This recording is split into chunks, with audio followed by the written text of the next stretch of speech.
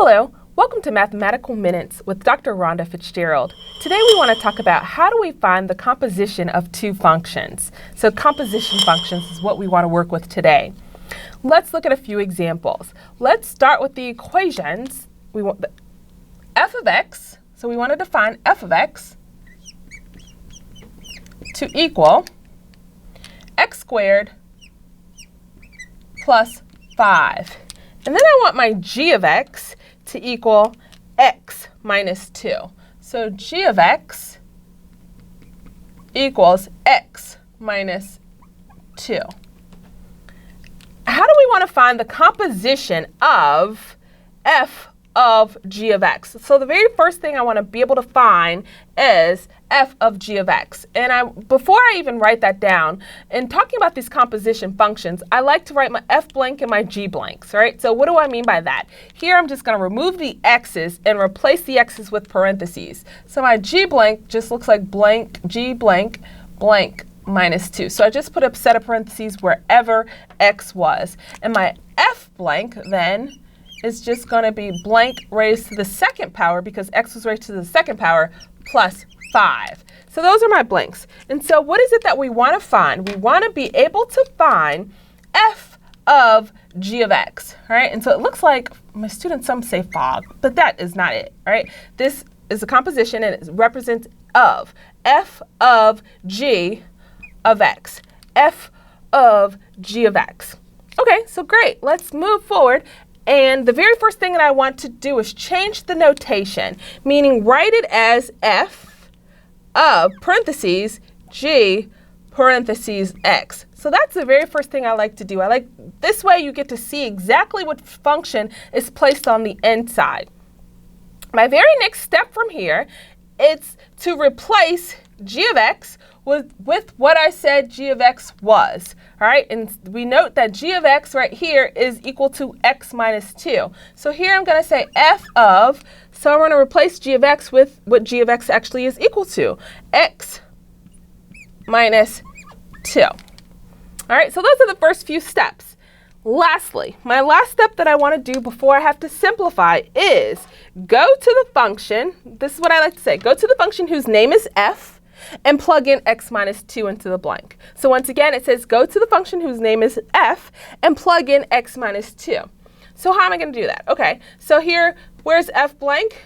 This is f blank. So here I'm just going to go write down what f blank was equal to. So f blank was equal to blank squared plus 5, right? That was my f blank. Blank squared plus 5, because it told me to go to the function whose name was f. I just went and wrote down my f blank. Now I'm just going to write down inside the parentheses what's in the parentheses, x minus 2. Right, x minus 2. And so that's great. So now the last thing to do is to simplify, right? The last thing to do is to simplify this. And when I simplify this, you have to remember that x minus 2 quantity squared really means x minus 2 times x minus 2 plus 5. So you have to FOIL this guy, right? We have to FOIL this guy out. And if I FOIL this guy out, it's going to end up being x squared minus 4x plus 4, then plus 5. Right? And so my final answer for this guy is going to be, right, my final answer for this guy is simply going to be here, x squared minus 4x and then plus 9. All right, x squared minus 4x plus 9 is my final solution for this guy, right? Final solution for this guy here. All right, let's look at one other example. Let's look at another example. What if I wanted to find g of f? All right, so what if I flipped it around, g of f? So we're going to use the same f and g functions. However, in this particular situation, I want to find g of f of x. G of f of x. So once again, change the notation to parentheses, g of f of x, right? So the order does matter, right? We have to write it in the order that we see it. Now I'm gonna rewrite this as g of, but instead of writing f of x, I want to write what f of x actually is equal to. F of x is actually equal to x squared plus 5, right? X squared plus 5. So now the last thing that I want to do, I'm just going to go down here and rewrite this guy, right? So we have g of x squared plus 5 that I want to find, all right? And so now what this says to do is go to my g blank and write it down. What did g blank look like? G blank look like blank minus 2, right? That's my g blank. And what is it that I want to plug in the parentheses? I want to plug in the parentheses x squared plus 5, x squared plus 5.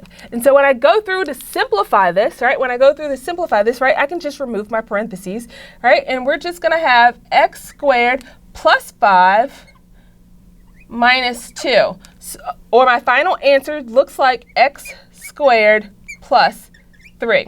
So that would be the final answer of g of x squared plus 5, or g of f of x, right? This is my g of f of x, which equals x squared plus 3. And I'm going to take this one step further. What if you were asked to find g of f of 1, right? G of f of 1.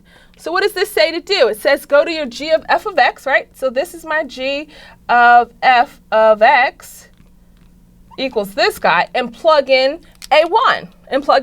So how would I find this? In this particular case, all I'm going to do is plug in a 1 for x.